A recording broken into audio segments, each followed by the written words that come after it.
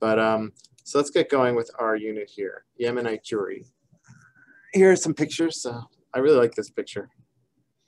Just shows the garb. It shows the connection to Yiddishkeit with the talis. Talis is worn, or the talit is worn differently. It has the payas. Someone saw Glenna doing that. I don't know if you're saying I'm crazy or just kind of signaling.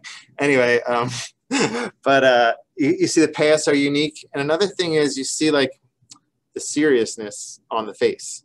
The Yemenites had meaning we talked about Sephardic Jewry, that they had some good connections with their neighbors. Yemenites had it tough over the generations in their diaspora, and so this picture kind of brings it all together, and the garb too, the clothing. So this is kind of like the clothing that a lot of the Yemenite men wore, just like a robe, which extended down. So it's just a picture that kind of brings it together. Here's just like another picture of some Yemenite young boys, and we're going to talk about Rav Kapach. Was a huge rabbi. We talked about Rav Ovadia Yosef. This is like their gadol, their big rabbi in previous generation. Here's just a Yemenite wedding. We'll talk about that too. Probably next class though. All right, so let's get going with the intro. So we talked about what we have left. Here's what I want to do today. I want to compare. I want to take a break. I said at the end of the course we're going to tie it all together. I want to already start tying it together because I ran through a lot of information with you, and what I want to do is I ran through a lot of information with you. I want to kind of bring it together, kind of summarize, and so you can know where Yemenite Jewry fits in relation to Sephardic and Ethiopian. I on purpose organized it this way: Sephardic, Ethiopian, then Yemenite. Sephardic and Ethiopian were kind of like two different extremes in the sense, and we're going to talk about that. Yemenite's somewhere in between. So that's what we're going to talk about. And today we're probably going to do history, culture, and customs. And then I'll just share right now my personal connection. So like, I happen to be around all these cultures, Baruch Hashem. I lived in Israel for 13 years. So I had a lot of interactions with a lot of interesting people, and I was in like a lot of institutions. So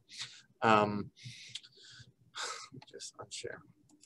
So I lived when I was in yeshiva. I had good friends who were Yemenites, so I was like exposed to their culture and the beauty of it. And then I lived for a certain period with a roommate that was Yemenite, and I got to taste and enjoy all their good foods. We're going to talk about that, and I got exposed to the culture that way. And also, I lived in Israel in Bnei Brak in a Yemenite community.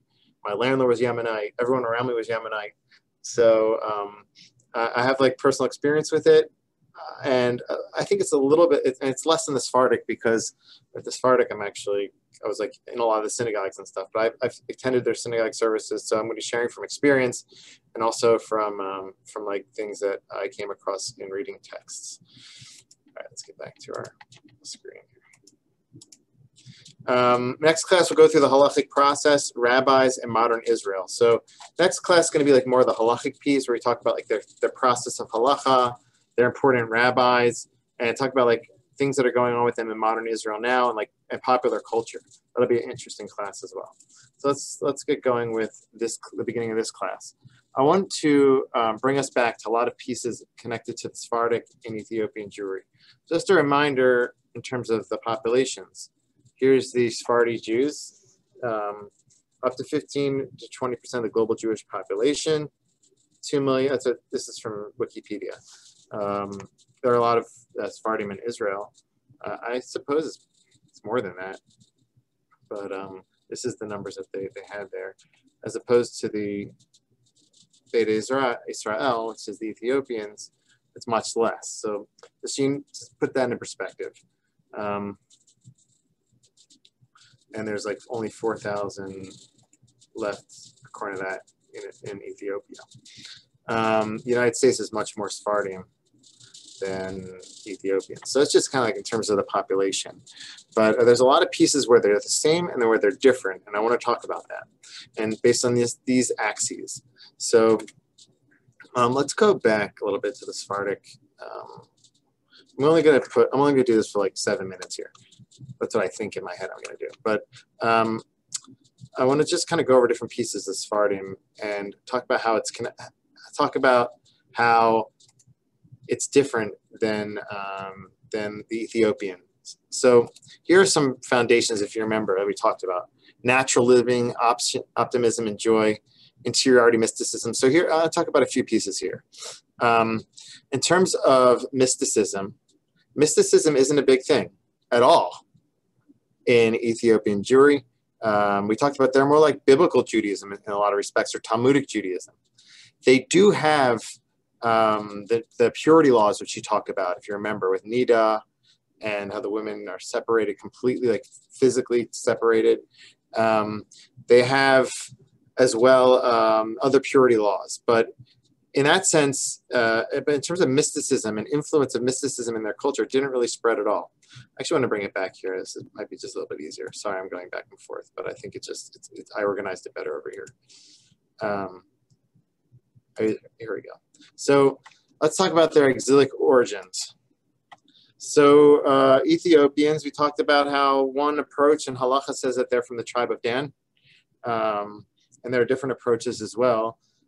Sephardim, we talked about different approaches when it comes to that, but it's connected to different exiles. The Babylonian exile, people could have stayed there in those areas from that time period and spread out, and spread out to multiple lands. In terms of spirituality, we talked about this a lot.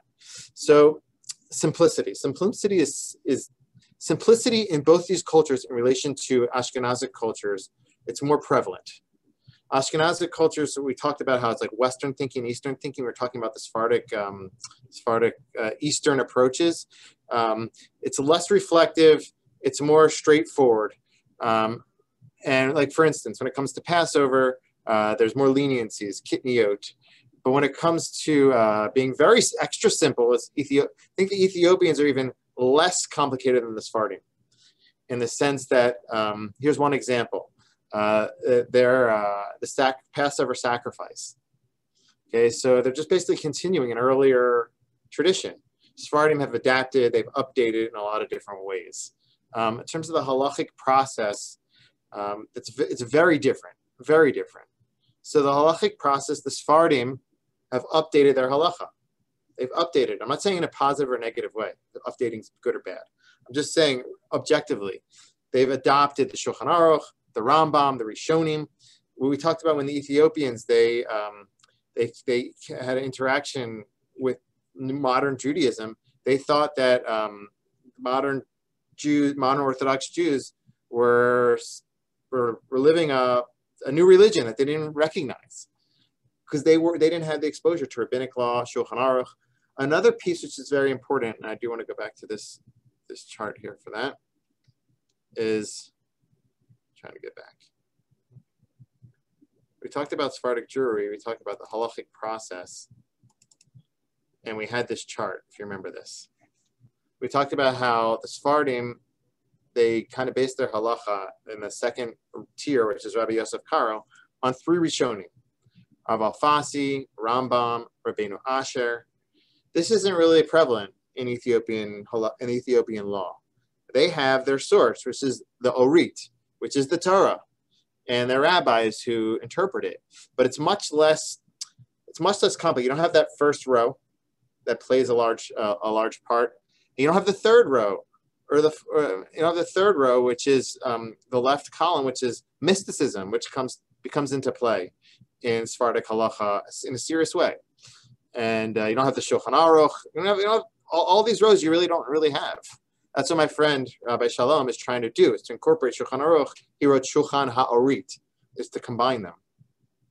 But what we're going to see with the Yemenite community is that they base their halacha a lot on the top row and the middle person in the top row. See that again? Which is the Rambam. Okay, so they're somewhere in between Sephardim and Ashkenazim in the sense that they are not taking into account all the Rishonim a lot of the time. It's a lot of kind of like straightforward, more straightforward than the Sephardim. It goes by the Rambam a lot of the time. We're going to explain why. The Rambam took them under his wings and helped them and wrote a letter to them, answered their questions when they were struggling, and he supported them. And so they adopted him as their Rebbe. The Rambam was the central Rishon who they follow. Now, there's a debate in their halacha if they're going to update their halacha in relation to the second tier here, which is Rabbi Yosef Karo, the Shulchan Aruch. And we're going to talk about that when it comes to halachic process. That's where the different halachic approaches splinter. Some go straight by the Rambam, other adopt bringing the Shulchan Aruch as well. But when it comes to this third tier, which is mysticism, mysticism is more prevalent in the Yemenite community than the Ethiopian, but it's much less than the Sephardic community. So you see, the Sephardic community has more Kabbalah, more mysticism, has more complexity in terms of like taking a lot of different Rishonim into account than the Yemenite community. And the Ethiopian community is more straightforward than all three of them, where it doesn't really bring in the Rishonim, the top tier. It doesn't have any real Kabbalistic mystical customs.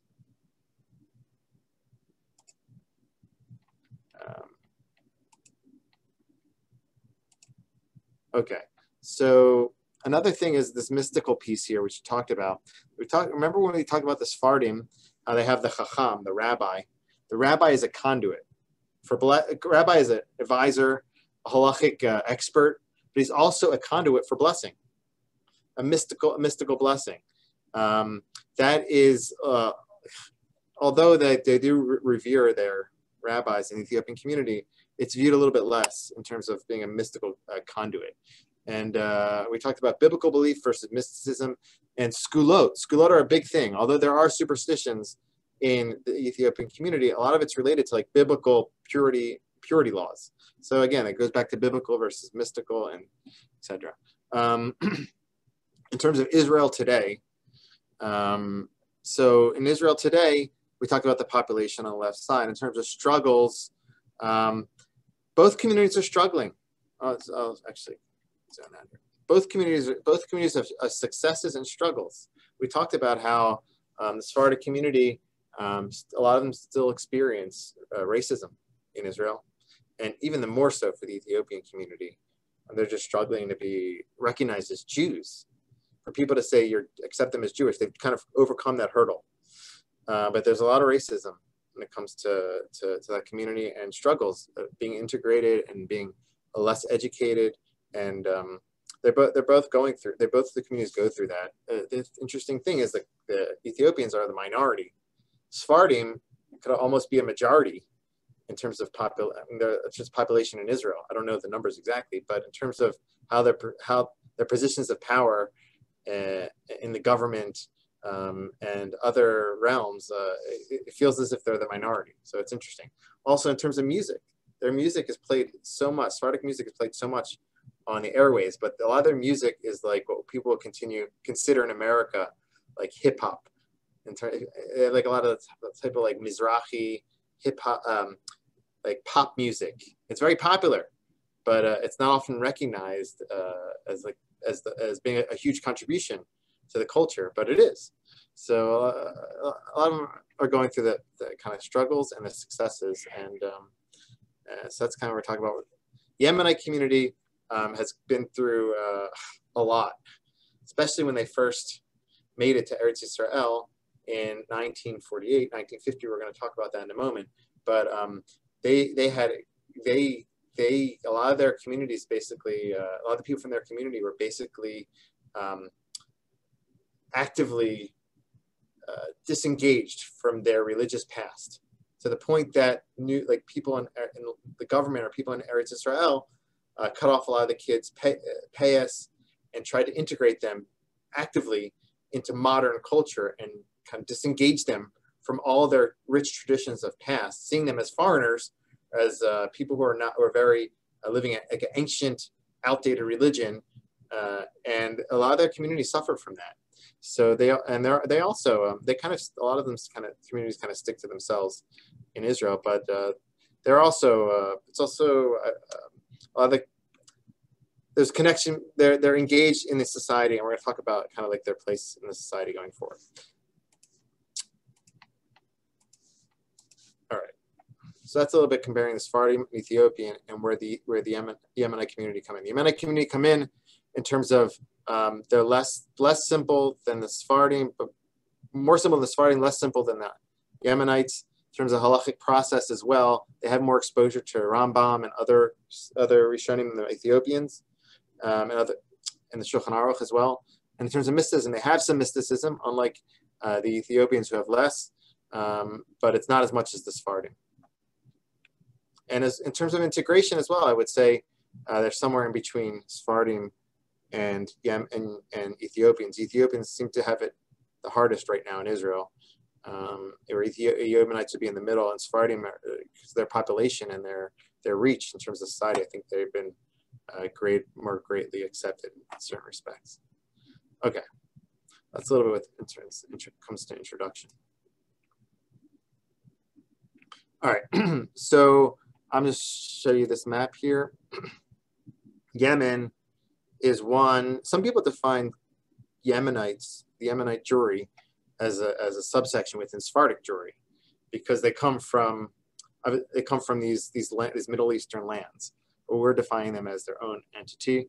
And here's Yemen under Saudi Arabia, and you have, of course, those other lands where Sephardic Jews came from. Ethiopia is to the left of Yemen, and of course Israel's where Israel is. This is just, I brought this. This is Moses Maimonides. I don't know if that's what he would look like, but he is very known for writing this important letter to them. We're going to go over that a little bit next class. It's called his letter to Yemen, epistle to Yemen. All right, so how did the Jews arrive in Yemen? Like, how did this all come about? There are different accounts, but most of the accounts bring it very far back in history. Here are a few that I came across. So according to Yemenite tradition, a group of well-off Jews left Jerusalem after they heard Jeremiah. This is a long time ago. Predicted destruction of the first temple, okay, in 629 BCE, 42 years before the destruction of the city. Some historians believe that King Solomon's trading and naval networks brought Jews to Yemen from Judea around 900 BCE. This actually should go before the other one. First evidence of Jewish presence in Yemen can be traced to the 3rd century CE. That's the first evidence we have. Another legend says that Yemenite tribes converted to Judaism after the Queen of Sheba's visit to King Solomon. Because the Yemenite Jewry's cultural affiliation with Babylon, historian Yehuda Ratzabi opines that the Jews of Yemen migrated to Yemen from places in Babylonia. So that's more of a academic approach. And this is something that the Yemenites that I knew actually used to talk about this. Another legend states that when Ezra, from the Bible, commanded the Jews to return to Jerusalem, they disobeyed. So in the time of the building of the second temple, he asked that they come and help make Aliyah. They disobeyed. They didn't come because they believed that they believed that it was going to be destroyed once more. That's what I recall. So he pronounced a ban upon them, or really, he pronounced a ban upon all the Yemenites, according to this tradition, this legend. Jews claim that Ezra cursed them to be a poor people for not heeding his call. It seems to have come true in the eyes of some Yemenites that I spoke with, as Yemen is extremely poor. However, some Yemenite sages in Israel today emphatically reject this story as a myth, if not outright blasphemy. Okay, but some of the Yemenites I spoke with, they talked about this curse of Ezra, and how like the Yemenite communities have suffered so much, and they're so living in dire poverty over the years, and that's kind of like some of them try to explain it to themselves. All right, so we have here a timeline of events. This is the main aliyah of the Yemenite Jews to Eretz Israel. It was called Operation Kamfei Nesharim in Hebrew, but in English it was called Magic Carpet. Operation Magic Carpet. Marvadak Samim. Kamfei Nesharim means the wings of eagles. So we're going to get to that in a moment. That's just a picture from that of them coming to Eretz Israel. All right, so let's go a little bit over the timeline. Okay, so according to tradition, Jews first settled in Yemen 42 years before the destruction of the first temple. Okay, this is one of the traditions that we talked about. The Jewish diaspora at the time of the second temple's destruction, according to Josephus, I'm going to skip through this a little bit. In Josephus' own words, he had informed the remotest Arabians about the destruction. These Jews are believed to have been the progenitors of the Jews of Yemen, 68 CE. All right, so I'm skipping much forward to 1174. I'm kind of bringing select pieces from the history that I think are relevant to our discussion of Yemenite Jewry from like a halachic Jewish perspective. as opposed to like all the details and the suffering that they went through. But one piece that's important to recognize is that it said that at a certain point, Yemenites had it well in Yemen before the 7th century. At a certain point, there was even Jews who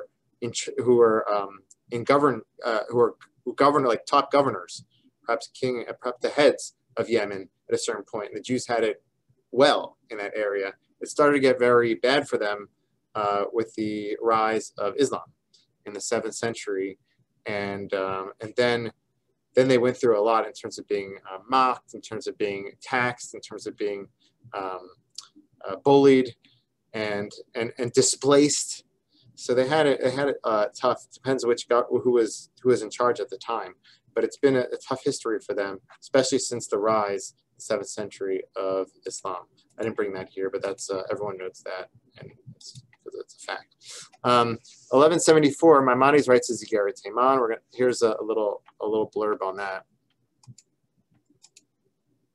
So in the late 1160s, the Yemenite ruler left Jews with the choice between conversion to Islam or martyrdom.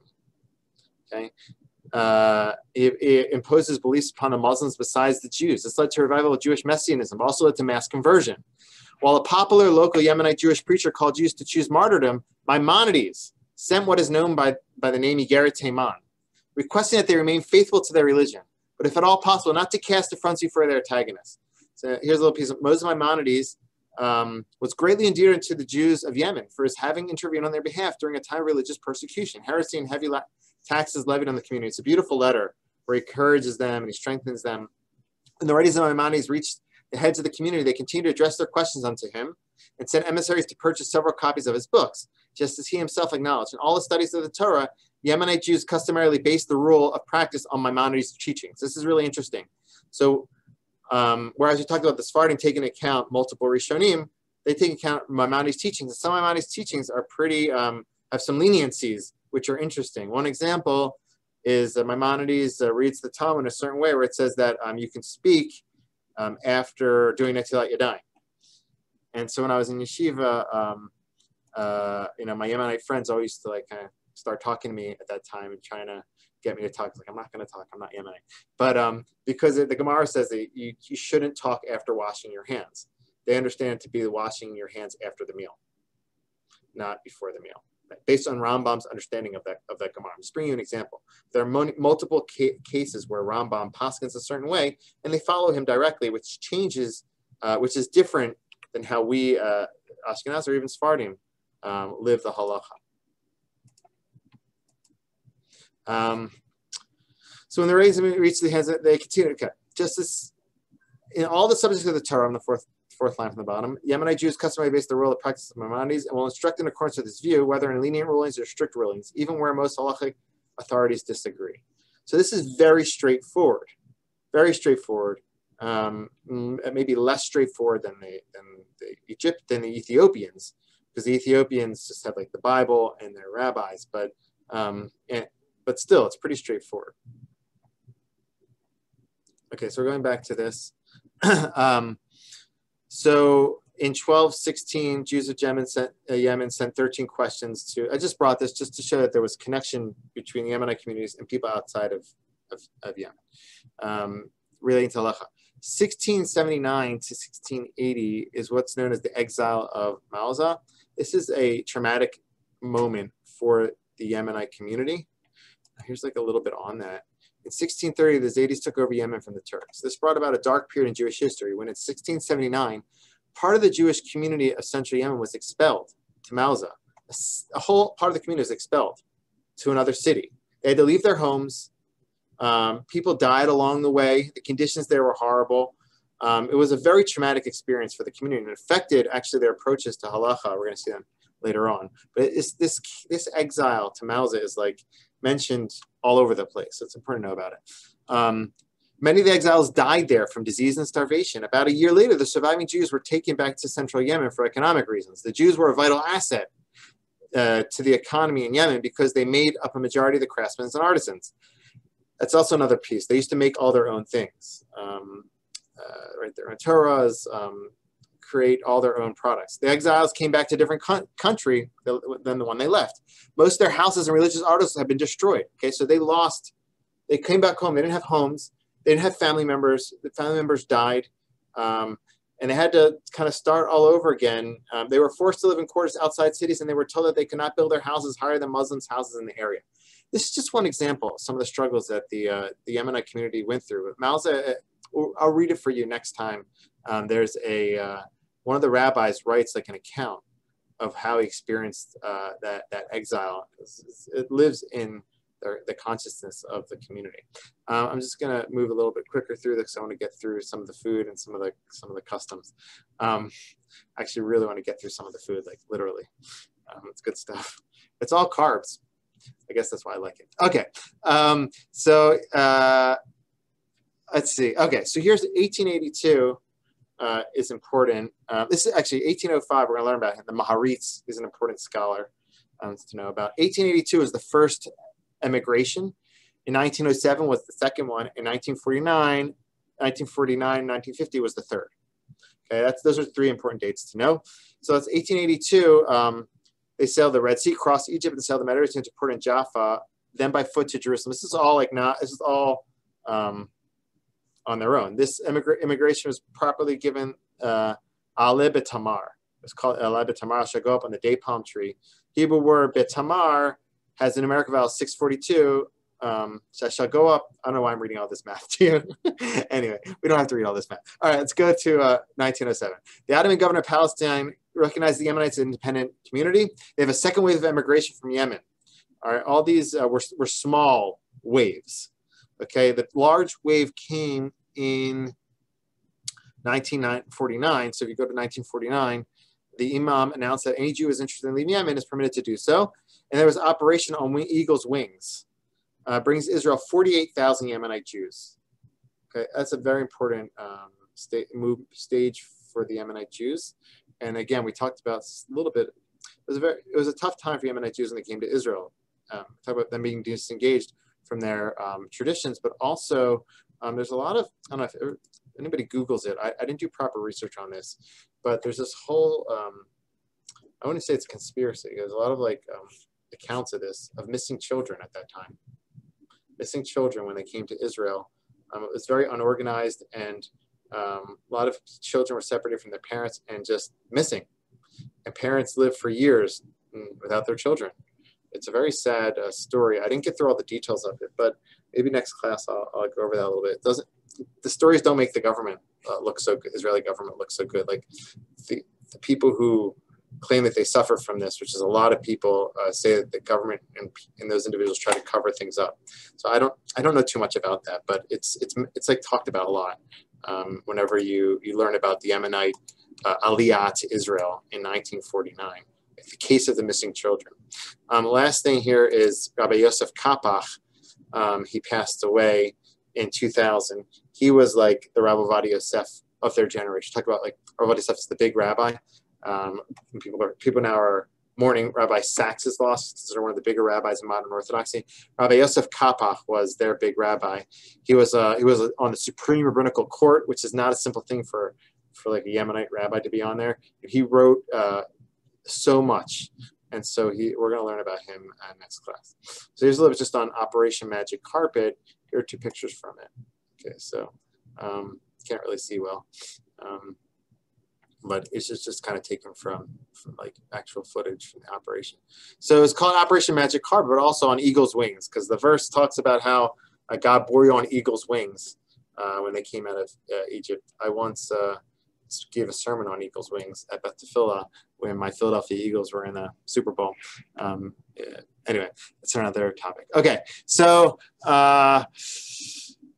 somebody got really mad at me actually because his team was like playing against the Eagles. He's like, you shouldn't talk about sports. I was like, whatever. All right, so Operation Magic Carpet. So in 1922, 1947, here it is. After the partition vote, so a lot of things led up to this, but here, these are a few things that led up to the Operation Magic Carpet, like Israel actually intervening. In 1922, the government of Yemen reintroduced an ancient Islamic law requiring that Jewish orphans under the age of 12 be forcibly converted to Islam in 1922. In 1947, Muslim rioters joined by the local police force engaged in a bloody pogrom that killed 82 Jews and destroyed hundreds of Jewish homes. Aiden's Jewish community was economically paralyzed as most of the Jewish stores and businesses were destroyed.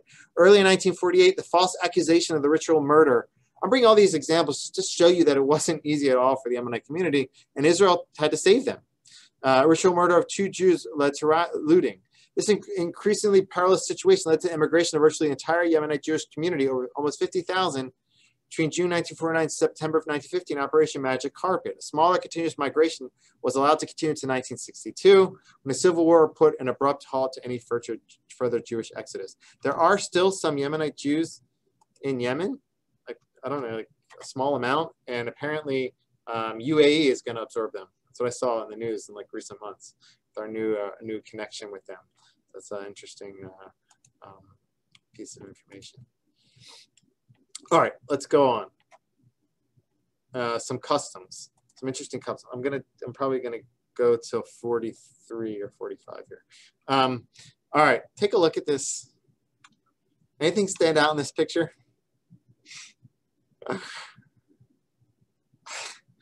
Yes, that is an etrog. You're not, and it's not just because the picture's blown up. This is he's not a small man. This is a big etrog. Okay, they apparently are into big etrogs. Ever seen anything like that? Don't tell Rabbi Wahlberg, okay? You know, if he knew about this, he would get like the biggest one. But so another thing to notice here is the hadass. There are a lot of hadassim, a lot of myrtle branches there, right? They usually have just a few.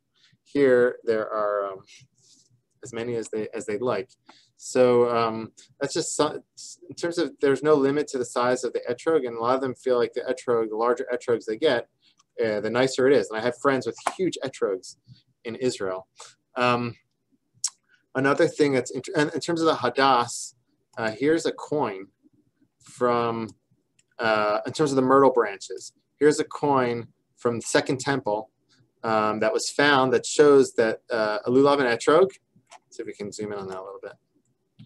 And with multiple myrtle branches. So professors have this professor discussed this, and he said that Professor Zohar Amar talked about how this is an ancient thing, where a long time ago they used to bring a lot of these hadassim myrtle branches. That's just interesting. So that's another piece that's important to mention. So I had a discussion with a friend of mine, a rabbi friend of mine from yeshiva, who's now a rabbi, but in yeshiva he wasn't. And we used to talk, and he said that when he talked about Yemenite community, he always kept talking about how they're going back to the Talmud. We're doing Talmudic customs. This is interesting. So the Sephardim, they kind of do mysticism and Shulchan Aruch. Yemenites claim to be continuing some Talmudic traditions, and the Ethiopian community claims to be continuing some biblical traditions. So it's interesting to connect and to compare the different cultures. That's one example of it, I guess, with the hadass, with the myrtle branch.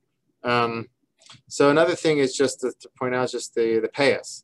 There's discussion like where it came from. One authority says that it was forced upon them in a negative way. Another, Rabbi Kathach, said that they chose to do it, and it's a holy thing, and I don't know. Here's a Yemenite shofar. I have a shofar. It's kind of like, I don't know if this is, but it's kind of a big one. I got this from my yeshiva. So their shofars are made from a certain antelope, and they have a different sound. It's a very deep sound, and also one of their shofar blasts. I have to find a YouTube clip of that. Another shofar blast sounds different than ours. It just sounds different. There's like a whole rationale behind that. Here are Yemenites like learning Torah together. Sorry, I brought that picture because there's an important piece there when it comes to that. Here, Torah reading. So, peyot, hadassim, etrog, dress. We talked about the dress a little bit. Torah reading. If you've ever gone to a Yemenite shul, the Torah reading is completely different, and davening is completely different. It's all this certain melody that I don't know if anybody. Let me actually take a look at the audience here. Anybody ever been to a Yemenite shul? Raise your hand. I don't know if they call it a shul. All right, Mark Levy, have you been there? Are you cold? Okay. Looks like you're in the, okay. My backyard. Okay. Okay. So I want to play for you what our Torah reading in a Yemenite synagogue sounds like. All right, so we're at 10:43. I'm going to do this, and then we'll do food next week.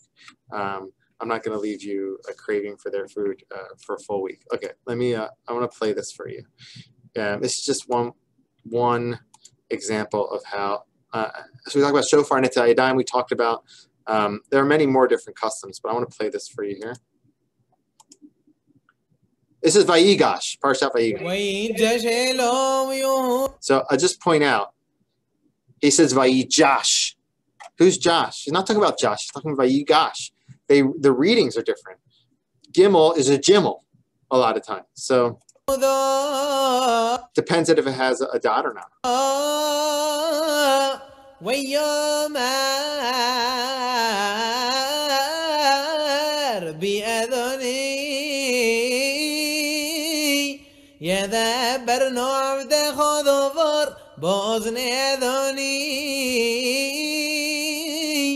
ولي حربخ بعودخ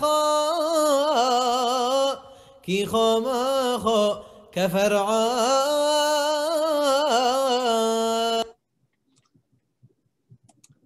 Could you hear that? Could you hear that, Gary? So, okay, so that's what it sounds like. It kind of sounds like Rabbi Wecker a little bit. No, just joking. It doesn't sound at all like Rabbi Wecker. But Torah reading is very long in the Yemenite synagogue because they don't just read the Torah. They read the Torah. They read the Torah and the Targum while they're reading the Torah.